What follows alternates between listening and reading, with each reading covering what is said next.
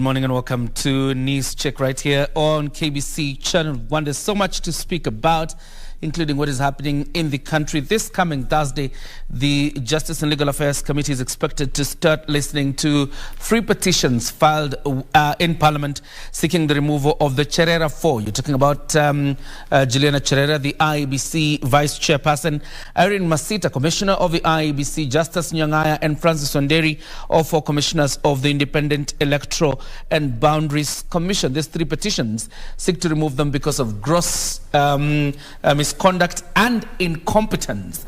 But then again, will the committee be able to sustain that charge or agree with the petitioners? That begins this coming Thursday. Of course, there's a conversation on the importation of GMO maize into the country and whether there are risks or none. And that conversation we'll be having today. And of course, also a reaction from the members of parliament in terms of the elections they did last week on Thursday, the election of members to the East African Legislative Assembly. We saw a coalescing of members of parliament from Mount Kenya to save some of their own, if you were to say so. And that conversation will also be having. I expect, of course, in studio to be hosting J Kagiri, the member of parliament for Laikipia. But in studio, one of the members of parliament who has already arrived is Abdul Kore, the member of parliament for Mandera South. We also expect Hussein Barre, the member of parliament for Tarbaj, and J Kagiri, the member of parliament for Laikipia. My name is J Kioria. Welcome to the broadcast today. This is News Check, and remember,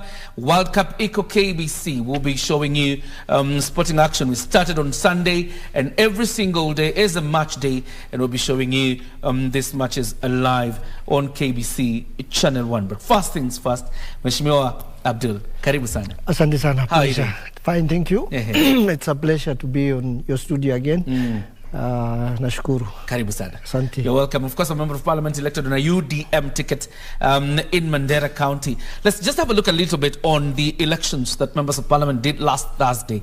You spent the entire day electing members to this very critical parliament, the East African Legislative Assembly. What do you think about the outcome in terms of the 4 members from Azimio and the 5 from Kenya Kwanza, your coalition? Thank you very much. I think that election was very good. It went on very well. And at the end of the day, I congratulate all the 9 members who were able to clinch those 9 coveted positions to represent Kenya in the East Africa Legislative Assembly.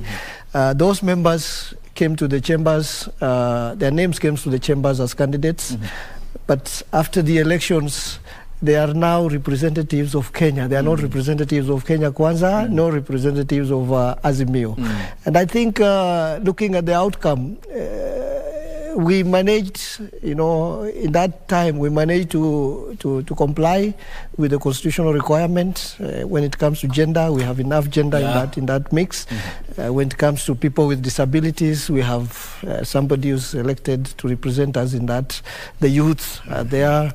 And of course, we also have people who have institutional memory in the East Africa Legislative Assembly, like Mheshimiwa Kalonzo. I think that was a good election. It was a good mix. And we are very confident with all those members who have been elected. And we hope they will represent the interest of Kenya in the East Africa Legislative Assembly. There's a lot going on. There's a lot we expect to be going on in the East Africa Legislative Assembly, especially after His Excellency the President William Ruto visited both Uganda and Tanzania, and that push towards and yesterday in DRC and that push towards having an East African federation, one currency, one language, and that kind of thing, and because we do a lot of trade with our neighboring countries in Uganda and Tanzania and other East African countries. And for some reasons, there are a lot of people from other parts of the East African countries doing business in Kenya. But unfortunately, Kenyans are not doing much of that business in some of these East African countries, like, for example, in Tanzania.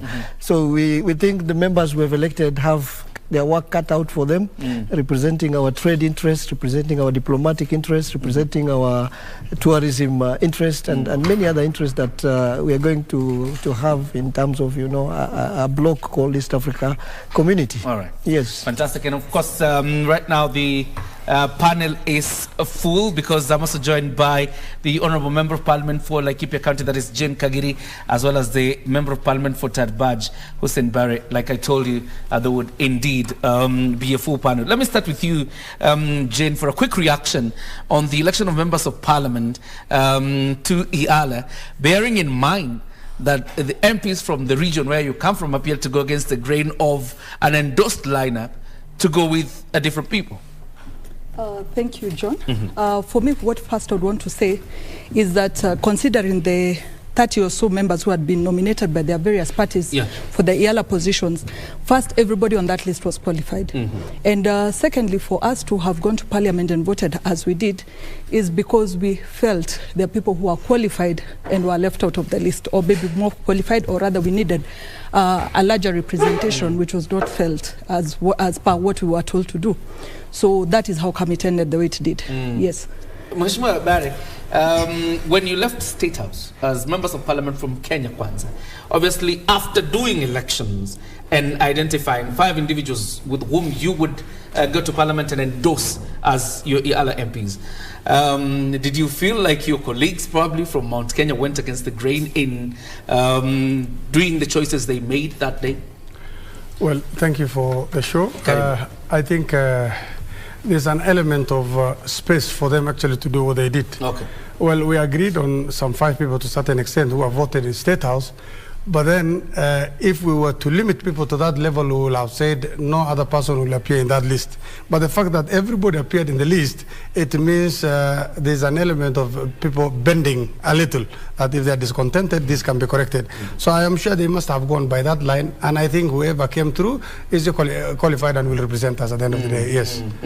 Mheshimiwa, obviously, as you were talking, you were trying to explain the importance of EALA, because to many Kenyans, and I think you've seen that conversation going on social media, and I think today's Daily Nation has also captured it, where it tends to claim that the only place where you can dump political rejects is EALA. Is that just the aspect? No, that's not just, and that's not true. East Africa Legislative Assembly is a very important organ for the countries in this region. There's a lot of legislative agenda that goes on in that house. Like for example, when we're talking about the East African Cooperation, the countries, the East African countries coming together, our president said very soon we shall have one currency. For that to happen, there has to be some legislation behind it. And that legislation cannot happen in the Kenya Assembly, it cannot happen in the Uganda Assembly or the Tanzania Assembly or any of the other East African countries. It has to happen in a legislative assembly that is for the East Africa Legislative Assembly. So there is a lot of work for that. There is a lot of trade between the East African countries. Most of that trade has to be governed by guidelines, has to be governed by legislation, has to be governed by rules and regulations, and all of that has to be legislated somewhere, and that is the East African Legislative Assembly. And of course, part of the work of of our members of Parliament who have gone to East African Legislative Assembly is also to do what we call parliamentary diplomacy. They're doing. They're also ambassadors for Kenya in the East Africa Legislative Assembly, and they are there to protect the interests of Kenya vis-a-vis, the interest of the larger East Africa. You see, we've been having issues on our border with Tanzania. We've been having issues on our border with Uganda, and that's a platform in which we can resolve some of those issues in terms of having a discussion with their fellow legislatures on the other part. So it's a very important organ, and the people we have sent there, as I had told you earlier, are neither Kenya Kwanza nor Azimio now. They are Kenyans now, and they are representing the interest of this great country called Kenya. Yes. But from the eyes of the public, Mheshimiwa Jane, and you would understand the sudden interest, obviously, in who is representing them at EALA, and the faces, some of them that we saw, and who they are associated with. It goes down then to, do we have 9 competent members now heading to EALA? Because we understand the importance of the Parliament, but do we have competent people now to do that job? Thank you once again. I would want to add on to what Mheshimiwa has said. Number one, we have very, very competent people who we have sent to EALA. As you earlier mentioned, of course, what was agreed on at State House is not what we presented at Parliament. But number one, let's remember, initially there was, of course, the confusion of why did we do what we did. But the outcome was pleasing to everybody, and everybody walked out happy. Remember, the young man that we added to that list is a youth. We have drawn inspiration for so many other young people in this country. Number one, to know that they don't have to go through elective process for them to get to those positions. Now, this young man could go to EALA and come back as a very strong leader in the Kenyan election system. Number two, out of the 9 people who we sent to EALA, they all campaigned to us, and I believe my colleagues can confirm that. These are people who are competent, who have very strong CVs. At least I can confidently vote for 3. Honorable Shabal is my senior at MBA class. Honorable Kanini Kega is my senior at MBA class. Winnie Odinga was my classmate at MBA class. And all these other leaders, they gave us their CVs, they gave us their experience, they explained to us what they have done. So sending them to EALA, we know for one thing that is certain, we have sent competent people. And number one, let's not forget, for their parties to have proposed to them, they had already done a background check on them and realized these are competent people who would actually serve at EALA. Then let's also not forget, these are not political rejects. These are people, in fact, I keep saying, anybody who puts out their name to the ballot is already a success because it takes a lot of confidence, it takes a lot of skill for you to even get your name onto a ballot. So they are actually not rejects, and I believe so far, looking at the history of EALA, this is the best team yet that we have sent to EALA to represent us. All right. Yeah. You know, talking about rejects, Mheshimiwa, looking at the number of members of parliament who came into the National Assembly after serving in EALA. You're looking at the Honorable Mpuru Wabori, Wanjiko Moher, including even Raila Odinga's brother, that is Dr. Oburu Odinga, also making it to the Senate. And that is why I was bringing in the aspect of rejects, is the East African Legislative Assembly, where you go cool down your heels, of course, as the strategies, and then come back, and you make a comeback into Kenyan politics. I think that is not the case. East Africa community is a very important institution within the region, largely because business is becoming the power actually that checks everything in the world currently. You know, China is powerful because of the economies it has. So as a country, it's like relating county assemblies to the National Assembly. I somehow feel East African Assembly is, EALA is more stronger or more strategic to our development and progress than even the national parliaments, the way you can relate county assemblies and the national, because we really need to assemble many countries and many populations so that we can increase in businesses and other functional interactions so that we can progress. So anybody who is of the illusion that anybody who is in EALA is somebody who is actually going for a cool place or somewhere to cool himself, that is far from the truth. I think that's where we need to take more competent people who can bring the countries together and see the importance of actually building blocks so that non-tariff barriers and barriers between us are reduced. That is not the case. Yes. And much of the legislation that comes from EALA will also depend on you in terms of domestication and actualization as members of parliament. And I don't know, Mheshimiwa Kore, if you've heard of concerns that some of our neighbors, so to say, that are joining the 9 members in EALA have either been dragging their feet in terms of the uptake of the East African community policies, and how, as a National Assembly in Kenya, you plan to engage your colleagues to deal with some of these inhibiting factors. Yeah, of course, we, as a country, I think we take this whole process very seriously. That is why, unlike in the past, when we even used to send our members, quite late, almost midway, when the assembly has already started business.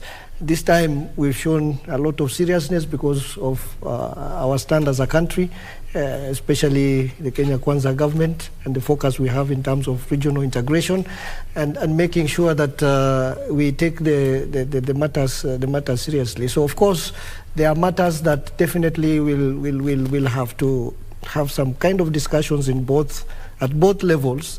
And I can assure you, as the National Assembly members from Kenya, we will definitely take matters coming from East Africa Legislative Assembly very seriously. And if there was anybody perhaps having some cold feet, as you put it, hoping I've understood your question to mean some of the members whom we have sent there.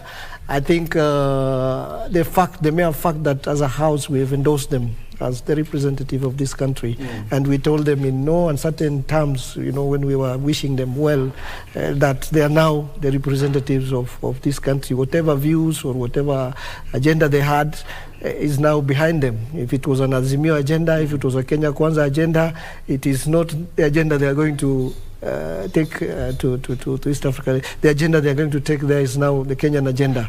And of course, when we talk of Kenya Kwanza now, the government agenda also is part of it. So I think I have no doubt any of those 9 members, and I tell you, by the mere vote we've done, we achieved so many things, including making sure we have met the constitutional requirements of the members we're supposed to send there. And they're all competent, they are all great Kenyans, and none of them has got of any lower value than the other.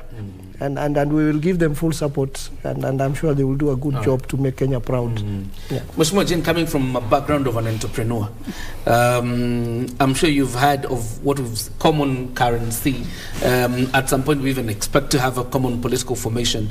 But even what is achievable, what we have thought we have achieved, how do you think we are faring? Because when you talk about non-tariff barriers in terms of trade, again, between the nations within East Africa, you will still find some inhibiting factors. Yet we have members representing us in EALA, yet we have a summit of heads of state, but we still have these problems.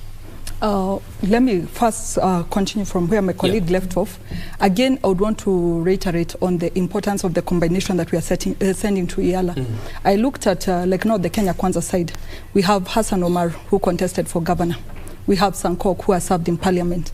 We have Honorable Kering, who has been a parliamentarian. We also have Honorable Falhada, who served in the Senate. And finally, we have the young man, Karofia. Looking at that combination, plus the combination coming from Azimio, let's remember we have entrepreneurs who actually trade across the borders.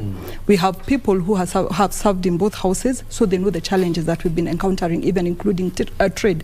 So why I would want to confidently keep speaking about that combination is that I know this is a set of parliamentarians who will be totally different from the others. Of course, being an entrepreneur, there are many things we'd want to bring up on this issue. And of course, as you said, the trade barriers that we encounter between the East African countries, those are some of the issues that we'll be sending them to actually represent as well.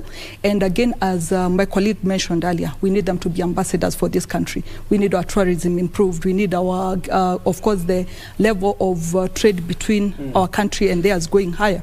But I believe this combination is one that is going to prove everybody wrong. Yes. The combination. Yes. Mheshimiwa Barre, there is what members of parliament understand, there is what this region understands in terms of why we need to have representation from the countries within East Africa. My only question is, as you interact with the public, do you get a sense that Kenyans really do not understand the value of East African Legislative Assembly? Because you can see even some of the media items, you're seeing the kind of bashing that is facing the EALA parliament. I think that challenge exists, and I think the communication aspect of EALA must up their game. There is an element of not knowing much about in the public realm. I think it is more of, to a certain extent, should I say for lack of word, elitist to some extent. So I think we really have to cascade this information and the importance of East Africa to the public so that everybody knows the importance. So there's that challenge that exists. But I am sure this was aired and raised up by a number of people, not only here, but from different forums. And I am sure it's going to improve. Even those who are going to the East African Parliament, our legislators, have also heard that, and I am of the opinion that something will improve and the public will get to know. But as of now, that challenge exists. That challenge exists. Yes. I wish them all the best. Let's switch gears and get to the hot topic of a week.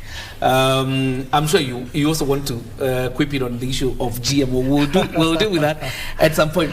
Let's talk about the business of elections. Mheshimiwa Kori, there's a petition before the Justice and Legal Affairs Committee seeking the removal of the 4 commissioners. Gauging but the reaction of members of parliament when the speaker read out that this petition or these petitions existed in parliament, you could tell the direction this is likely to take in terms of Kenya Kwanza being Kenya Kwanza and Azimio being Azimio. What is your view about the petition? I think any right, any Kenyan concerned about Kenya would really support the petition that those 4 commissioners should go, not today, but yesterday. Because those are people who almost put this country on the brink of, burning. People who, because of wanting to protect some funny individual interest, wanted to put Kenya on a very, very bad path, wanting to defeat our democracy, wanting to, they even violated their own, role as defined by the constitutions. So these individuals, you see, there has to be consequences for the actions people take, and if you have taken the wrong action, it doesn't help people to just brush these things under the carpet and forget about it until the next election cycle. That is why electoral violence never ends in this country. People do bad things and there's proof about it, and then people want just to forget about it because this idea of saying so and so has won, let's just move on. We move on where? And this problem will be with us again tomorrow. So these guys, because of the mere fact that they almost put this country at war, they almost, made us a laughing stock in the entire world. They wanted to make our democracy, rubbish. I think they should go like yesterday, not even today. And I'm sure we will support that petition, and those guys will have to see the end. We have to have a very clean IBC. The chairman has retired, and those 4 commissioners need to go with him so that we can start a clean slate, on a clean slate. All right. Jane, first of all, your reaction to that, to the 3 petitions. First, I totally support it, okay, because for once we need to get to become responsible as a country. Whenever we take an oath, let us know where we have taken that oath and what we are committing ourselves to do. For those commissioners, I would totally support, and in fact I would go by what developed countries do. If it was any one of them, they should have resigned even before waiting for a petition to actually be filed against them, because what they took us through was wrong. What they did was actually, in fact, unjustifiable, because when you stand there, knowing you're putting the lives of women, children, innocent people at stake by just the utterance of your mouth. So I believe they need to take responsibility. And in fact, if anything, beyond that, they need to answer to be answerable for what they did. So I totally support the petition, and if I was them, I would actually resign and not wait to actually for the petition. Mr. Barre, do you support the petition? I join my colleagues in supporting that petition.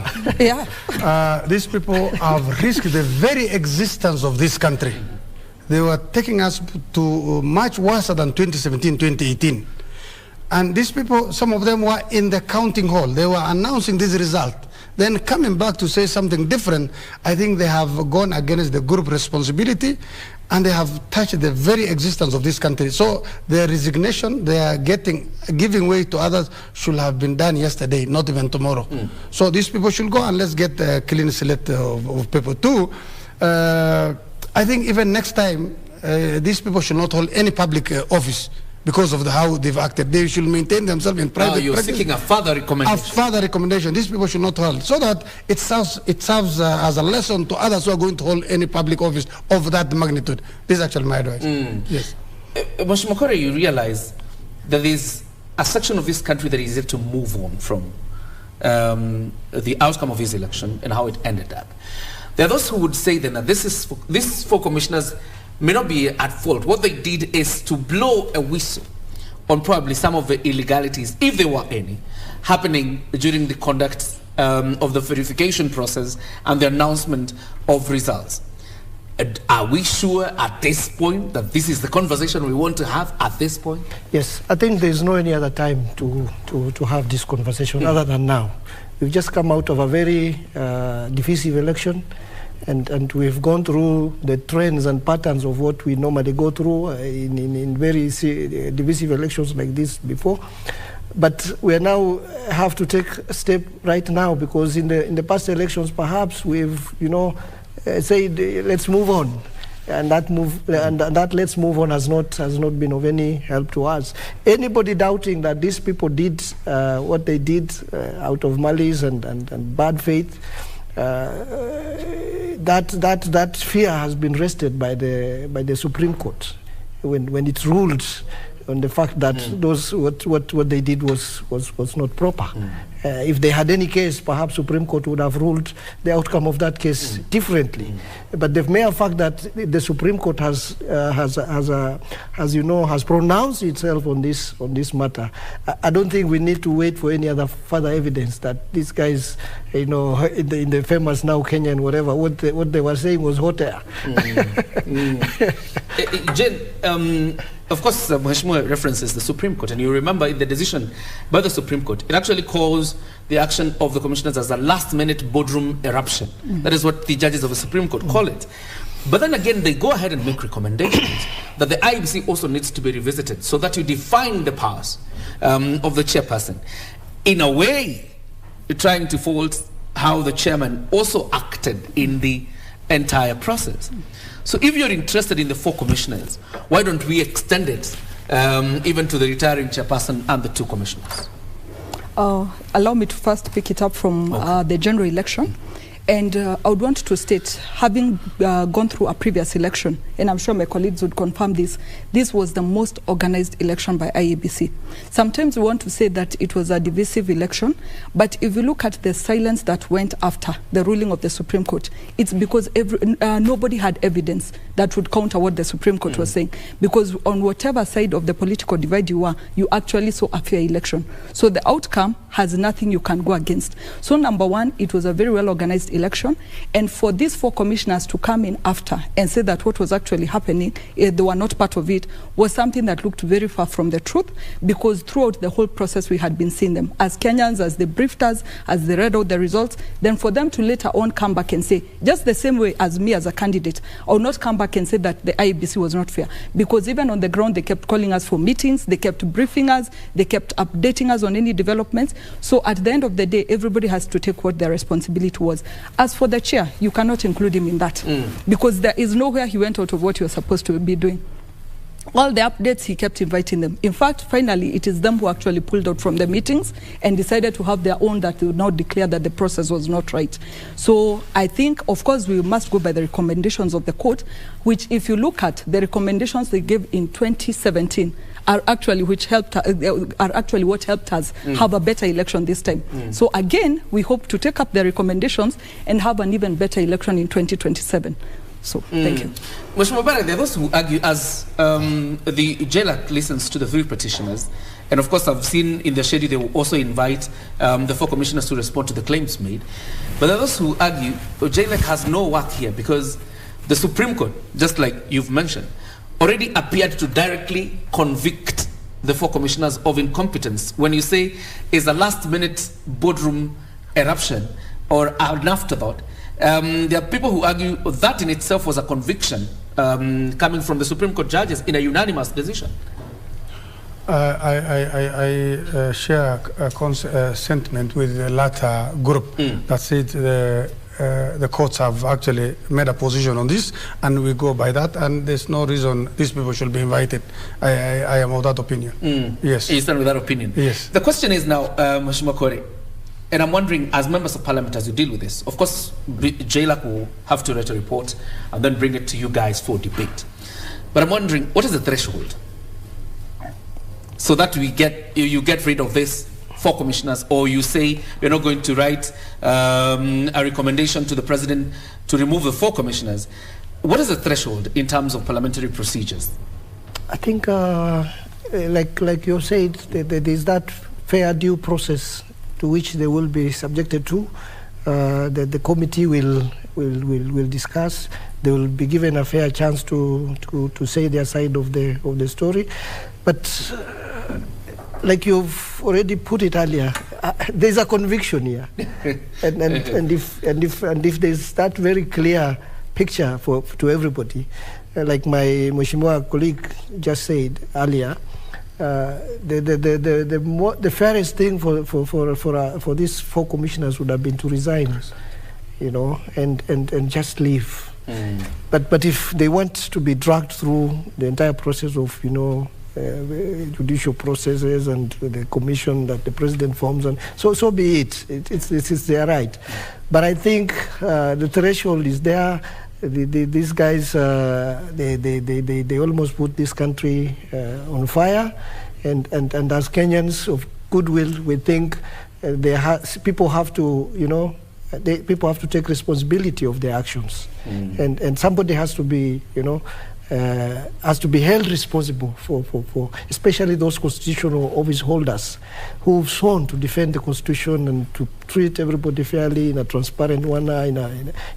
If they don't live to that, then definitely we just don't need to hide behind finalese, legalese, to try and save them. There's nothing to save there. We want, and I'm sure most Kenyans would be feeling the same way I feel. We would want to have a very clean IBC, right from the chair who's retiring and going to the commissioners, so that the recommendations that the court gave can be implemented by a new, fresh commission, which is not tainted. This commission, even if we do those recommendations that the court has said, if we have those individuals who are already tainted, and the politics in this country being what it is, there are some people who already feel, if you touch these commissioners, you are touching us because we are not healed. It has got nothing to do with Azimio. It has got nothing to do with Kenya Kwanza. It has got to do with some Kenyans who are given constitutional responsibilities to supervise our elections, and they squandered it. And they almost put this country on fire. They have to stand up and be judged on their action, nothing else. All right, and we'll talk about a fresh commission for that matter. But Mheshimiwa Jane, the question of bipartisanship when this matter comes to Parliament, because of course you saw some of the mamas that came out of the petition. Listening to all of you as members of Parliament, because at the end of the day you will vote, it appears like it's a foregone conclusion that these 4 commissioners will go, despite the report that JLAC will bring to the floor of the House. Certainly it is. I would also, just as I began, if I was them, I would just resign.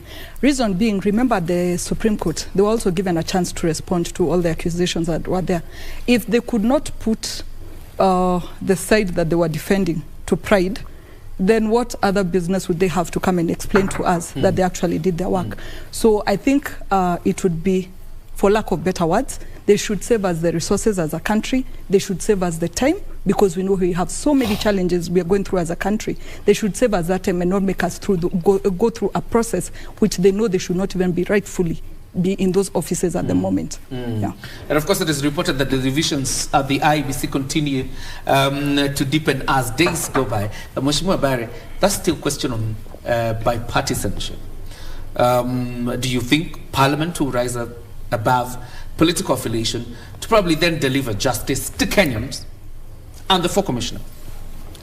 I think the election is behind us. It's now Kenya, and I think the issue of bipartisanship will be lesser.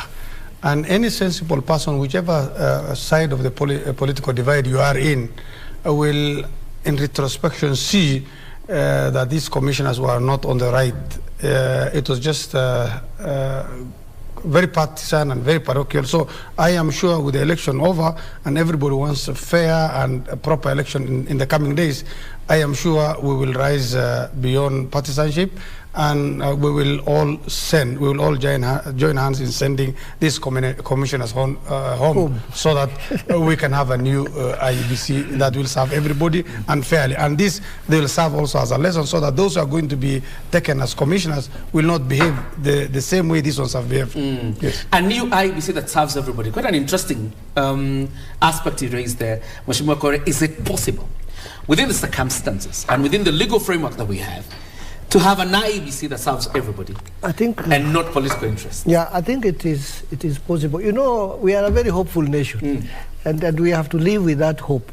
Of course, certain things need to change. Even some legal parameters need to change in order to have that, perfect IBC that we want. Although there is nothing called perfection in the world, there will always be some gaps here and there, which gives us room to perfect in the next election. Because if you look at the history of the multi-party elections in this country, the next election has always been better than the other one, because of the lessons we've learned from the previous one, and then the recommendations that come from, I remember Kriegler came in after the 2007 violence. A lot of recommendations, helped us improve our elections. The last election, a lot of recommendations came up. Even this one, apart from the Supreme Court rulings and recommendations, I'm sure when we do the public participation thing, a lot of other ideas will come up on how to improve our elections. So yes, I'm hopeful that ideal, IEBC that we all desire can happen in Kenya in our lifetime. Yes. Of course, the appointment of commissioners, Mheshimiwa Jane, is a political process. But how do we detach parochial interests from the commission? Because you understand the 4 commissioners are accused of having been affiliated to a political side. Some of them are even accused of being family members to top honchos then. And that is likely an allegation we will continue having as we move forward. But instilling confidence in the IEBC, what is that silver bullet? Looking at the presidents that we are taking in this country, whether you bring in your relative, you bring in your family, they have to be above reproach. And I'm sure we've all watched what we went through in the vetting of the cabinet secretaries. So what I believe, in fact, with the petition that has been filed against the 4 commissioners, I'm sure the leaders will reach out to somebody and tell them, I want to appoint you as a commissioner. And the person will say, no, thank you.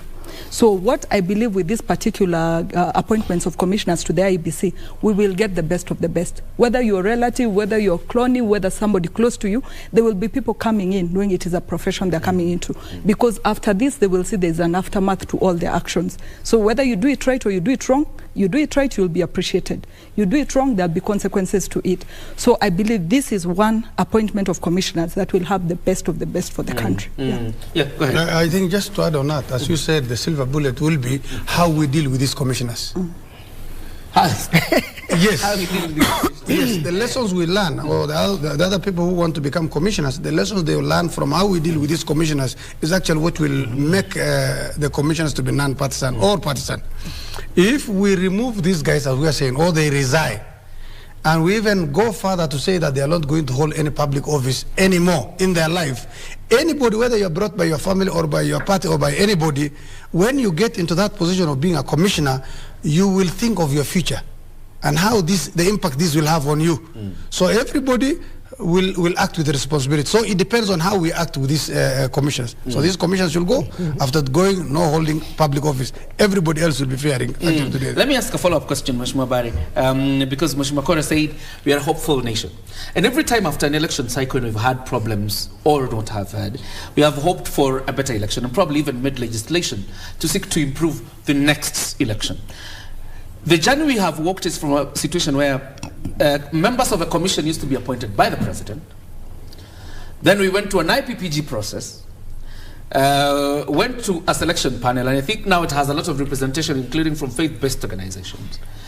But you still find the same accusation of political mistrust, despite the fact that we have tried to do reforms in terms of how we pick the commissioners. So what is this guarantee that we shall not have the same accusations in the next election? Well, accusations are going to be there always. Complaints are going to be there in life. It's not ever going to end. Even if you bring Jesus and Muhammad here to become our commissioners, people will still complain. But then we will weigh the relevance or the significance of this complaint. So I think we keep on improving, but the complaints are going to be there. But then we will always be weighing how significant, how important they are. Can we move on, or this is something that will derail us? So I think until the end of time, complaints are going to be there. Yes. And maybe just to add a little bit on it, you see, we are going to do things differently, obviously. And one of the ways that I think we need to do as a country, this is my opinion, is to do, a commissioner is as good as the process that has brought in that commissioner. So we need to deal with a number of things before we even arrive at that commissioner. We need to make sure all the processes that are involved in terms of, making sure we end up with these commissioners are processes that Kenyans have confidence in, are processes that are open, they are transparent, and all Kenyans have confidence in it, you see? And move a little bit further in the processes and also in the recruitment of those commissioners. We need to do what we call conflict-sensitive recruitment, so that sometimes a well-intentioned move can cause conflict at some point if you have not taken that fact into consideration as you are doing that process now. So I think we'll see how we can share some of the ideas that we have in terms of doing a conflict-sensitive recruitment of commissioners. Yes. A conflict-sensitive recruitment of commissioners. It's good you talk about that. One of the amendments that is in Parliament brought to by Kimani Ichung'wah, the majority leader, is actually an amendment of the law that establishes the IBC selection panel. Now to bring in representation from the political parties liaison committee. I know you're stakeholders in the process of elections. Doesn't that take us back to where we were running away from? Yes and no, because as we've all kept reiterating, it's all about the process. So you could be partisan based on the political party you're coming from, but the end result is you still want to bring in somebody who is going to be competitive, who is going to be answerable to the country, and who is going to deliver on the mandate that they're going to be given. So whichever way, because just as my colleague has said, you bring in partisan, you bring in political parties, you don't bring them in, there'll still be questions about at the end of the day. But I believe because it's going to be an all-inclusive process, I believe the public will also be brought in to give in their views on the appointed candidates. At the end of the day, I'm sure we are going to make sure we sieve out and we get a person who is going to be competitive for the process. And again, they'll still be debated in Parliament once the names are brought in. So we'll still have an input into it at the end of the day. One of the biggest challenges we've had, and I think we saw it particularly in the election of 2017, is that we brought commissioners too late in the day to manage the elections of 2017. We have a retiring chairperson and 3 commissioners, actually 2 commissioners, that is Chebukati, the chairperson, Boyamolu, and Professor Gulie exiting as commissioners of the IEBC.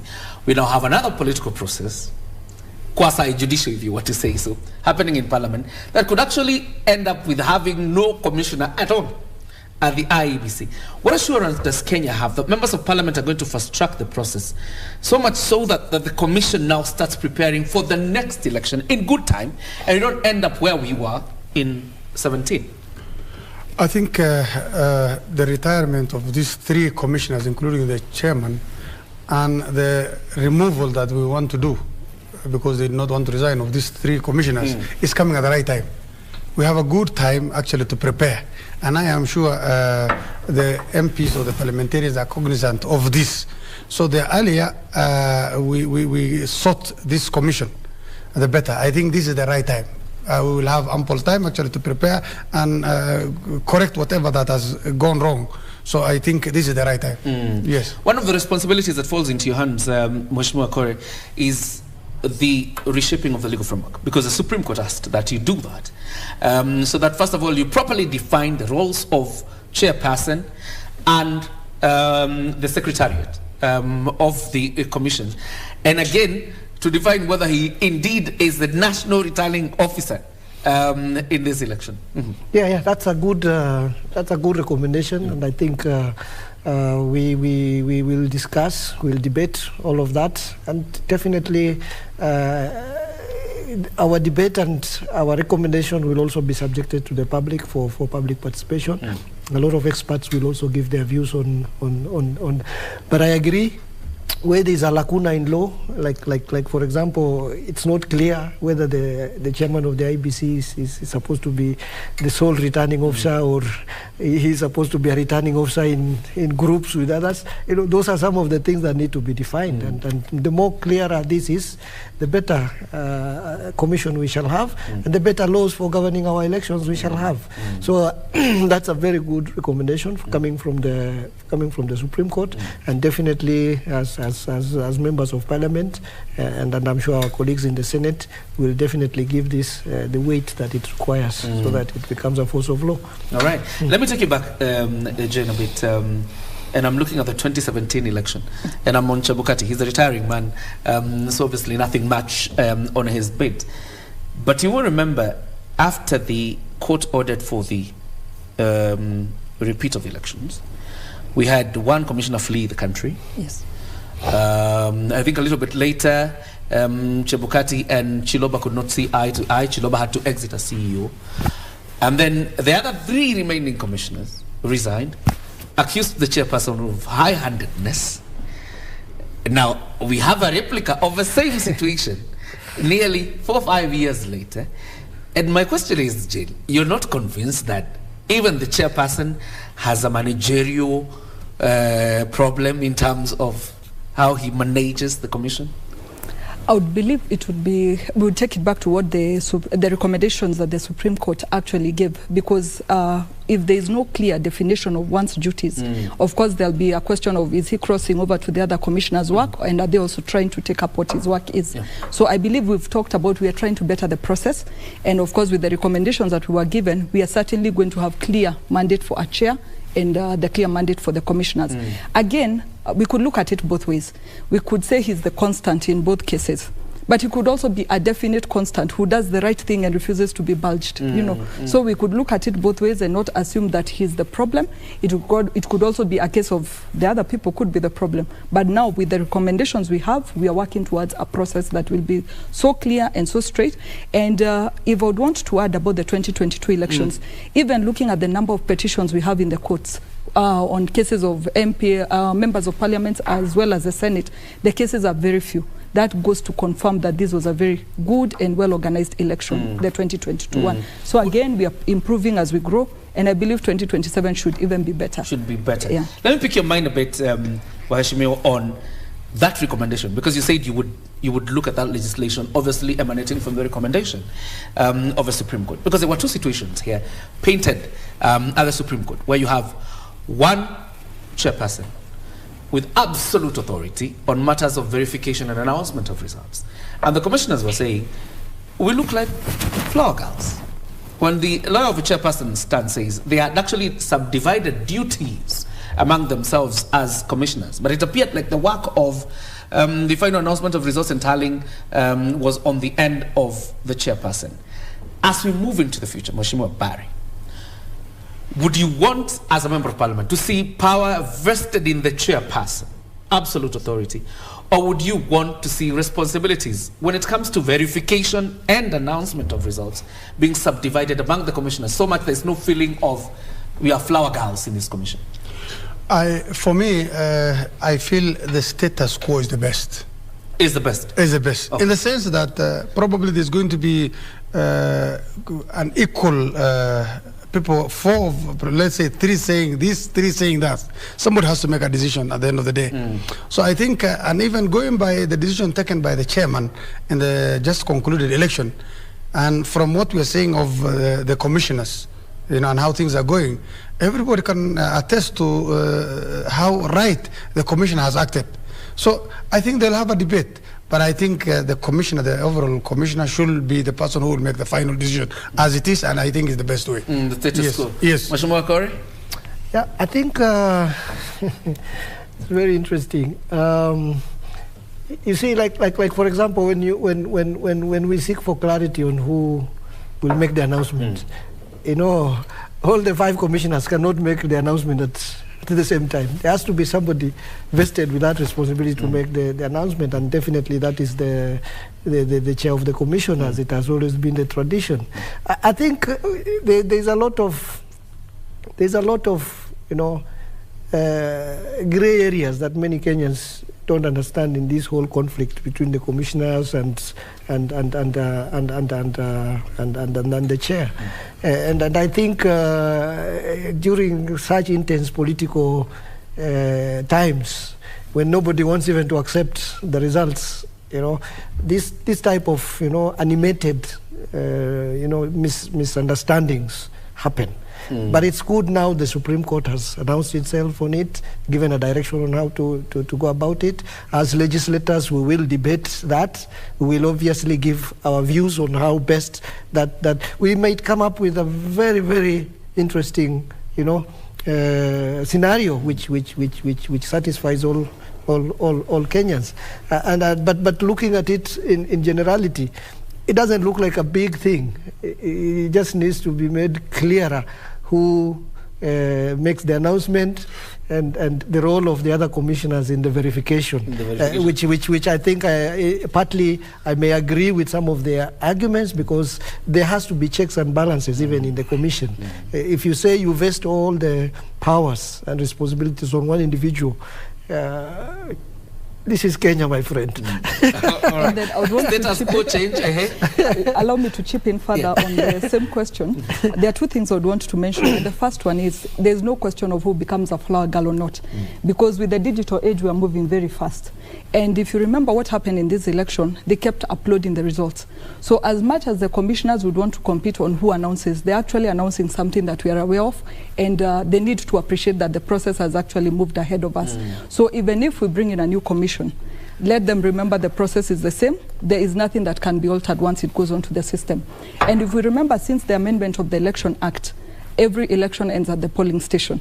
And that is what maybe every other political leader needs to agree and confirm. Because even when the 4 commissioners went out there saying that the results were doctored, and we go back and look at what we have at the polling stations, there was actually nothing that was different. So to anybody coming in on the assumption that the commissioner's position is too powerful, you can adjust, you can change, you can comment, you can change the process, they should come in knowing it is rather a finished process. Then they're just coming to put the icing on the cake. We have already done all the work at the bottom. All right, quite interesting. I want us to change gears a bit before we wind up. In the next hour, I'm going to have an expert on issues of GMO. But let's talk about it for a bit. In the elections, we were talking about Camargo. Are we planning to bring maize from the Camargos, Barre? Because the question is, what is this fuss about GMO? Do you support, first of all, the importation of GMO maize into Kenya? First of all, let me be clear on these GMO things. In my opinion is, I am not an expert in this field. Yes. I am not a scientific expert. I will rely on the expert to advise us on this. But what I should say is that we should never be exporting maize from other places. We have enough land. We only have to reorganize on how we will produce our own food. What pains me sometimes is actually when we build a lot of stone structures in the most agriculturally productive areas in this country, like in Kiambu, Embu, and all these places. And in the other places where we cannot plant much are vacant. So I think policy-wise we must protect the agricultural land and put in enough money, and we produce a lot so that we avoid this issue of importing GMOs. I know currently we are facing some challenges of food insecurity, and I think a stopgap measure must be done. As to whether we should import the GMOs or different types of cereals, I think I will leave that to the advice of the expert. Yes. Let me get you more clear. The cabinet has lifted the ban on GMO. Of course, you're saying we need to invest more in agriculture, our own, do our own farming. But you're saying you have no problem with bringing in GMO maize as a stopgap measure to deal with the situation we have. Well, if they are not causing much harm, if advised by those who are expert in that field, I have no problem. Okay. But should the adverse effect be worse than the drought we are facing, I think we have no reason to import them. So I largely rely on the advice given to us by the expert in that field, the non-partisan expert in that field. Non-partisan expert in that field.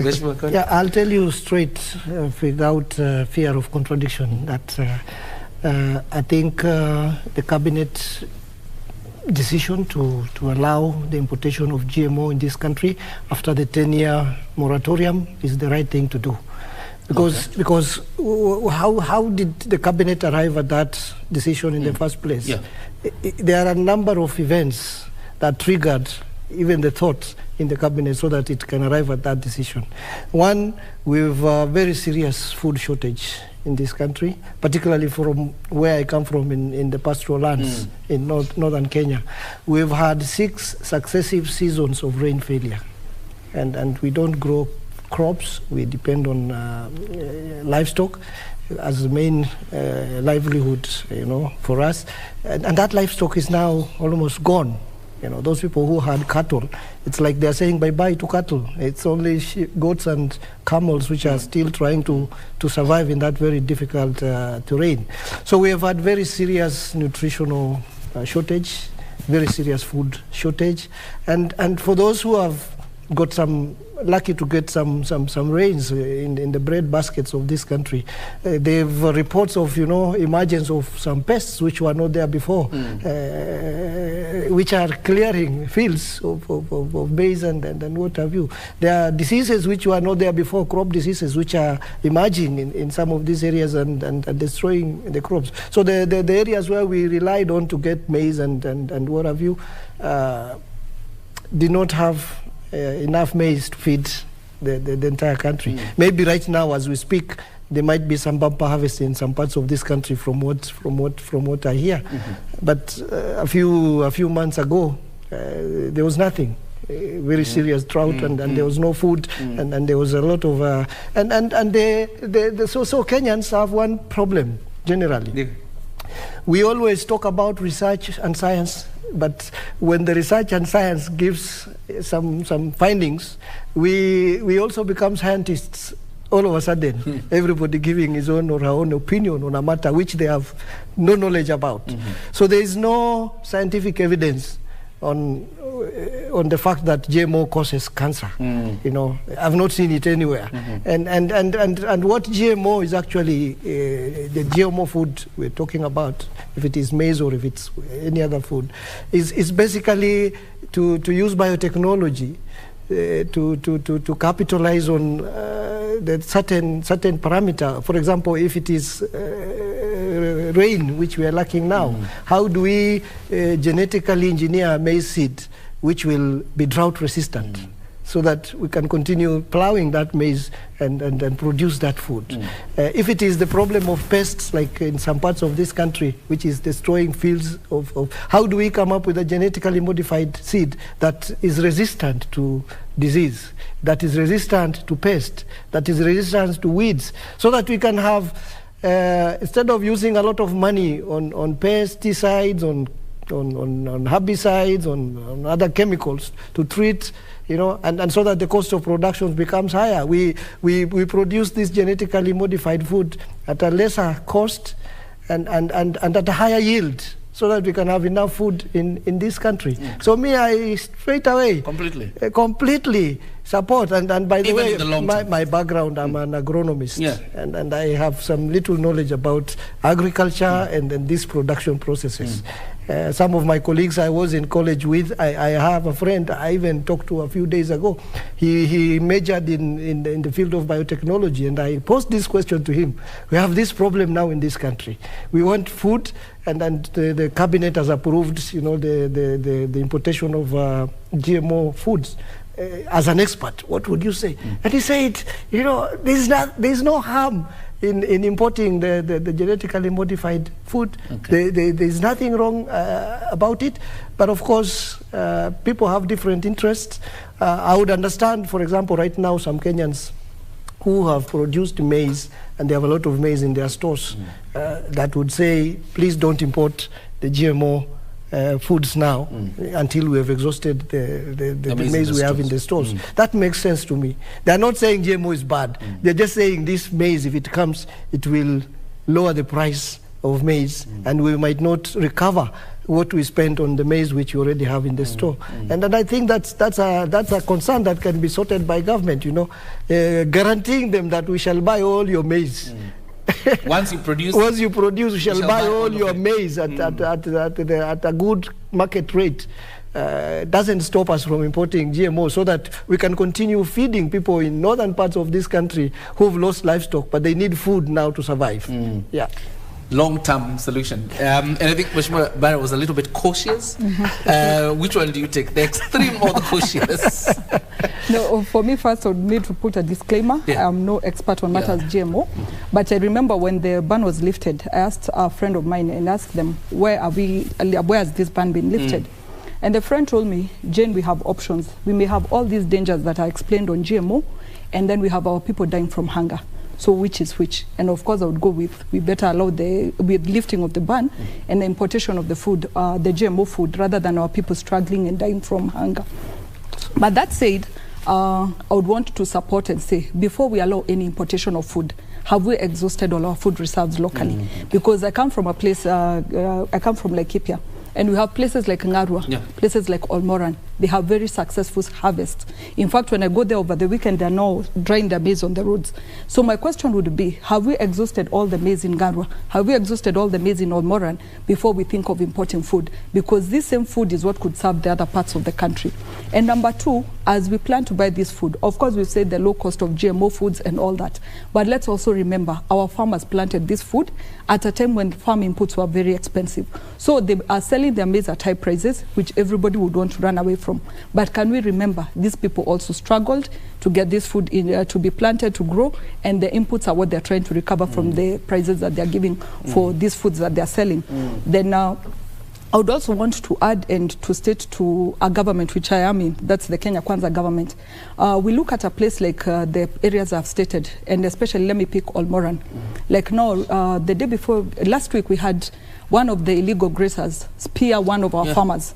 And unfortunately, that was a fatality because the farmer died. So we cannot be talking of food shortage. Well, again, on the other side, we are allowing illegal grazers to come graze on somebody's maize plantation. And on the other hand, we talk of importing the maize. So I think we also have to put our measures in check locally, ensure that we are maximizing production of food locally before we can actually think of bringing food from outside. A very quick one before we head over to Mombasa. It's a catch-22 situation in the sense that our people are dying, hungry. At this point. Then there are those who say, of course, GMO is affiliated or is associated with health hazards. You will die later. And I think that's what Moses Kuria was trying to say the other day when he was justifying the importation of a GMO. It's a catch-22 situation, Mheshimiwa Barre. Yes, as I've said, I am not an expert, I am sure, but I am sure the lifting of the ban was arrived at after a consultation with people who have the know-how. I think as of now, that should go on, but starting with what my colleagues have said, let's exhaust the local food reserves that exist. But then for now, if there are shortages, I think we should allow whatever we can come with. But I think we will explore that with time. And I am sure we will arrive at the right decision, yes. I would want to know whether you'll be seeking answers in Parliament, Mheshimiwa Kore, because you've seen a headline in the dailies that there is a ship that has docked in Mombasa carrying maize.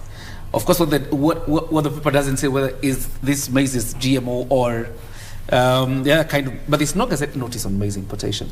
So one is wondering, what is really happening?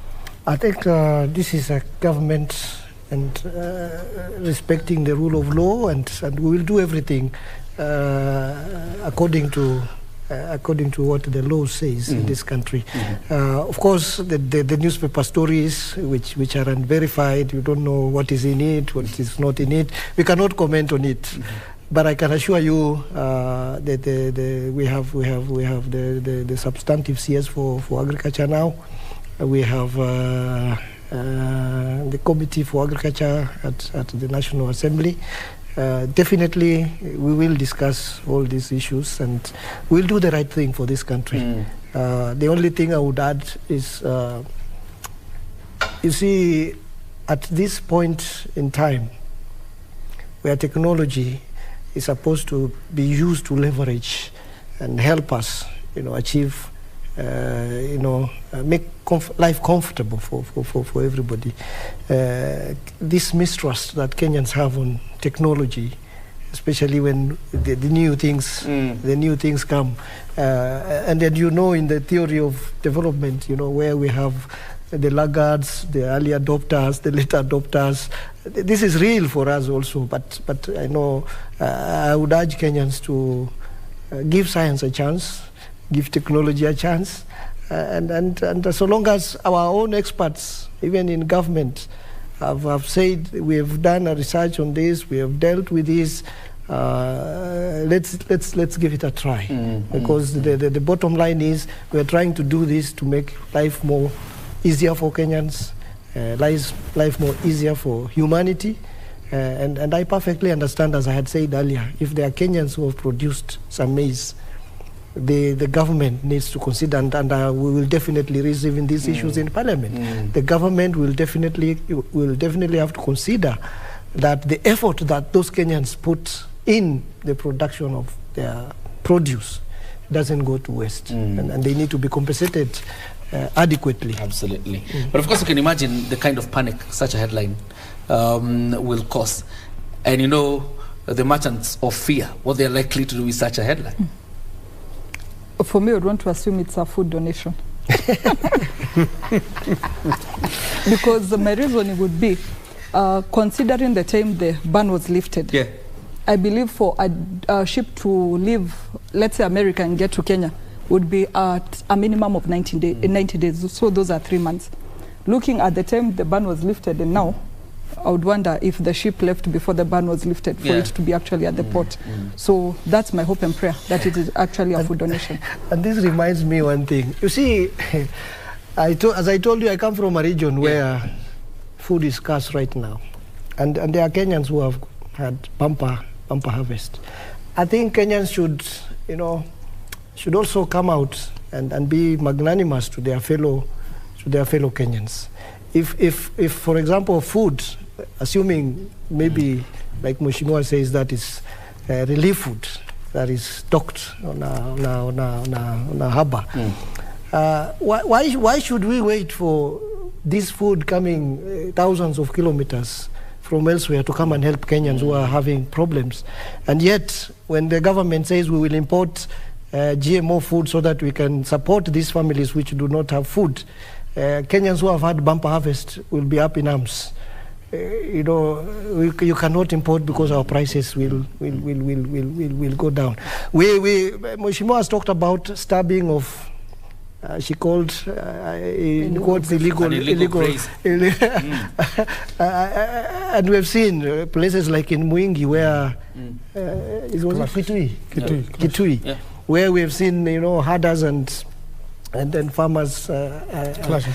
We don't want to help each other. We don't want to accommodate each other. For those who have problems, we will always want to protect our turf, and every man for his own. And yet, when something comes in terms of policy to support those who are not producing, those who are producing will be up in arms against the whole thing. This doesn't mean to say that the Kenyans who have produced maize in this bumper harvest shouldn't be compensated for their effort. Definitely they should. But the GMO imports must go on. All right.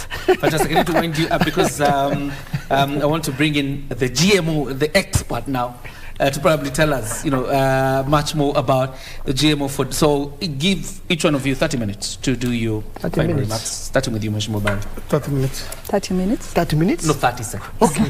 That's good. 30 minutes too much. 30 seconds, guys. I think we've just concluded an election. There are quite a number of issues in the country, the drought, the formation of the new government and all that. Those challenges exist. Specifically, if I address myself to my constituents, there are a lot of challenges going on relating to the drought and the unions of the government. I just want to inform them, and I just want to inform the whole country that everything is in control. The issues of security are going to be handled. This issue of drought is going to end soon, and everything will begin on a right trajectory, and Kenya will be a success at the end. Thank you very much. Absolutely. Mheshimiwa Kori? Yeah, I think we'll take this golden opportunity to wish all the candidates, those who are doing the KEPRA exams. I know many Kenyans don't know what KEPRA is. That is the grade 6. They're doing a national exam now called KEPRA, Kenya Primary School Education Assessment. And then there's those who are doing the KCPE and those who are going to do the KCSE from beginning next week or something like that. I want to take this opportunity to wish all the candidates in the country all the best in the coming exams. Particularly for those students taking exams in my constituency, especially during this time when we have very, very serious droughts. And with the lack of even school feeding program, some of those candidates are going to do exams under very difficult circumstances. I know there are some candidates who are going to be moved from the schools where they've been studying because of insecurity so that they can do exams in a more peaceful centers. I know there are schools which will see armored vehicles come in to their schools with exam materials. Those are very stressful circumstances for young students to go through during this time they do exams. So I wish them all the best during this very difficult time. And for the other debates, I think thumbs up to GMO, Terera and the course must go, and the guys who've been elected to EALA must represent as well. Thank you. Absolutely. Thank you. Allow me to take this opportunity to thank the great people of Laikipia. This being my first time on KBC, it's good to say thank you for giving me an opportunity to serve you. Secondly, I wish the candidates all the best in the exams, and I know they will succeed despite the many challenges that they're encountering. I would also want to place a rallying call to all of us as the citizens of Kenya. It's not an easy time, and just as my colleague has said, let's help each other, but also let's help each other legally. If my goat goes into my neighbor's compound to eat their food, I am an illegal grazer. I am not a neighbor. So let's just work within the law to support each other, to help each other. And of course, for my county, I'll keep fighting for human wildlife. Conflict has to come to an end. We cannot be planting crops for the animals to feed on them. And then, of course, security remains top on my list that we have to ensure people are safe. Thank you. Absolutely. Thank you very much, Mheshimiwa J Kagiri, the Member of Parliament for Laikipia, as well as Abdul, the Member of Parliament for Mandera South, and Hussein Barre, the MP for Tarbaj. We want to take a break. Of course, head to Mombasa and link up with Hibak. When we come back, we have an expert on these issues of climate change, science, GMO. He's actually from Laikipia. Awesome. Daniel Wenjoke will be joining us. When we come back, we'll be picking up on the conversation, particularly on climate change. But then again, fuse it with a conversation on GMOs. Very important conversation. You've seen members of parliament taking a very cautionary stance. Let's hear from scientists. We'll be back in a minute.